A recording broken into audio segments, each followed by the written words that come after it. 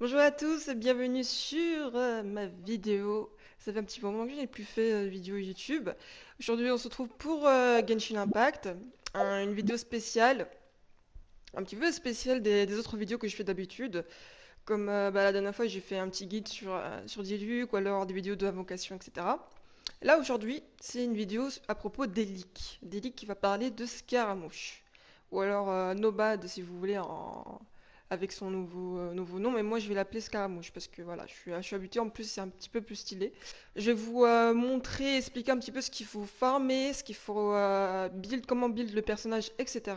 Et dans une prochaine vidéo, je ferai un guide personnage où je vais expliquer en détail le rôle de Scaramouche, les constellations, les passifs, et commencer tout de suite par ce qu'il faut farmer pour Scaramouche. Du coup, là, je vais juste vous donner les matériaux en personnage 90, triple couronne. Pour l'élévation 90, il faut 18 garde-mains anciens. Il faut aussi 30 garde-mains Kagushi et 36 garde-mains célèbres.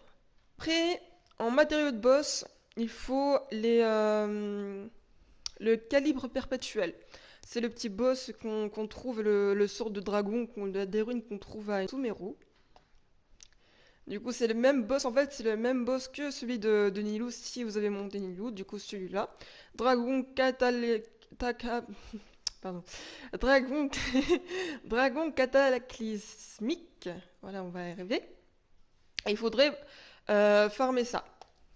Bien sûr, pour Scaramouche aussi, euh, il faut un éclat de turquoise Vayuda, enfin tout ce qui est les petits cristaux animaux, 9 fragments, 9 morceaux de turquoise et les 6 grosses pierres là, les 5 étoiles. Matériaux, du coup les matériaux c'est ultra chiant, du coup je vous conseille de farmer tout de suite si vous voulez poule scaramouche, enfin tout ce qui est les petits matériaux là. C'est les champignons, les mêmes champignons que Collei, champignons sacramental. Du coup, je vous mets un petit peu les photos, les images où on peut trouver un peu partout. Ensuite, voilà, pour les aptitudes, il faudra la même chose que Nilou, guide de l'usage. Du coup, 9 verts, 63 les guides de l'usage et 114 philosophies de l'usage. Comme les matériaux d'aptitude, pour lui, c'est le même, enfin, c'est lui-même. Il faut des cloches de Daka, du coup, en 18 pour triple couronne. Et bien sûr, il faut 3 couronnes pour lui. Pour les gardes-mains, il faut en 18 garde-mains anciens, 66 garde-mains Kagushi et 93 garde-mains célèbres. Ensuite, pour les artefacts, ce que je vous conseille, ben, je vais vous montrer un petit peu mon Izu. Parce que Izu, c'est là où j'ai mis les artefacts provisoires de Scara. Puisque Scaramouche, en fait, il aura un 4 pièces de dégâts animaux qui sortira en 3.3 avec un autre set pour les réactions Bloom, Dendro, avec Hydro, Electro et Pyro. Du coup, lui, il aura un set spécial pour lui. Et même peut-être pour Xiao ou alors Kazuha DPS. Pour les artefacts, bah, du coup, les 4 pièces qui s'appellent Chronique du pavillon du désert. Le 2 pièces augmente le bonus de dégâts animaux de 15%. Et le 4 pièces, après que les attaques chargées aient touché des adversaires, la vitesse d'attaque normale de ce personnage augmentera de 10%. Tandis que les dégâts d'attaque normale chargée et plongeante augmenteront de 30% pendant 10 secondes.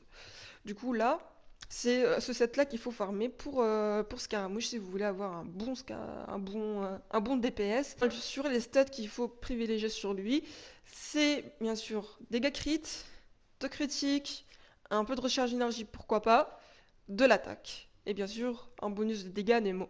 Il faut que vous cherchiez un peu plus de dégâts crit que de critique. Pourquoi? Bah, parce que Scaramouche élève en taux critique. Du coup, c'est un peu comme Xiao, Diluc, etc. Il aura 24% de taux critique en tout.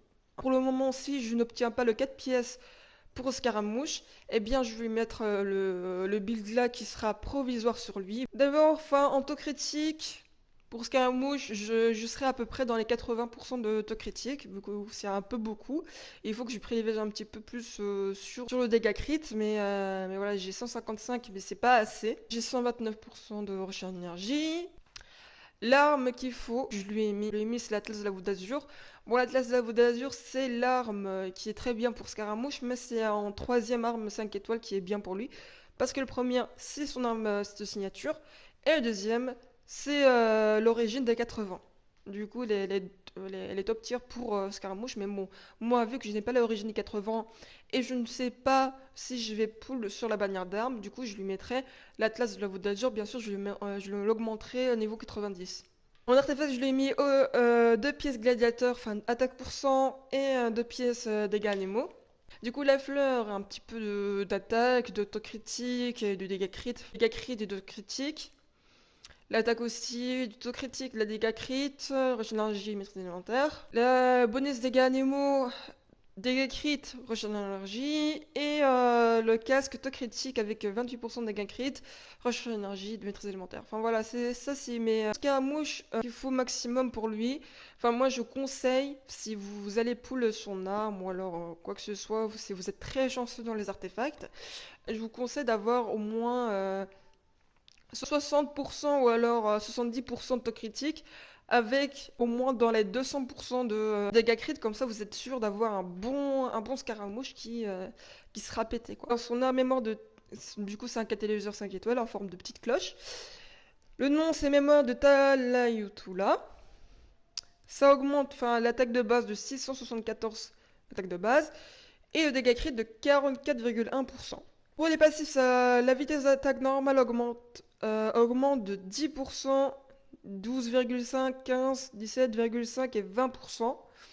Et du coup, ça va partir de 10% jusqu'à 20%. Du coup, ça va multiplier vitesse d'attaque normale. Après que le manière utilise une compétence élémentaire, les dégâts d'attaque normale sont augmentés de 4,8%, 6%, 7,2%, 8,4% et 9,6% chaque seconde pendant 12 secondes. Après que le personnage touche un ennemi avec une attaque normale, pendant ces 12 secondes, les dégâts d'attaque normale seront augmentés de 9,6% jusqu'à 19,2%, du coup 12%, 14,4%, 16%, 16,8% et 19,2%. Donc, cette augmentation peut être déclenchée toutes les 0,3 secondes. Voilà, comme ça vous savez. Le buff de dégâts d'attaque normale, maximum atteignable par ses effets à chaque 12 secondes est de 48%, 60%, 72%, 84% et 96%. Ces effets seront retirés quand le manieur quitte le terrain et quand il refait une compétence élémentaire, chaque buff est reset. Du coup, vous êtes sûr que vos attaques normales, vous allez faire énormément de dégâts, mais surtout avec le 4 pièces que je vous ai cité de dégâts animaux, avec l'arme, vous êtes sûr que votre scaramouche sera très fort. C'est pour ça que je vous ai conseillé de couronner les auto-attaques, surtout que les multiplicateurs sont très élevés. Vous verrez ça dans une prochaine vidéo quand je vais expliquer un petit peu les détails sur Scaramouche et multiplicateurs. Pour les armes, l'origine des 80 et l'Atlas de la Voûte d'Azur. Après en 4 étoiles pour le free-to-play, si vous étiez là en 1.6 pour le compte de Doko Doko, qui est une arme free-to-play donnée dans un événement R5. Après pour ceux qui n'ont pas cette arme-là, vous avez aussi Mouvement Vagabond qui peut être très bien pour lui. Dégâts crit. Vous avez également une autre arme dans la boutique en roche noire.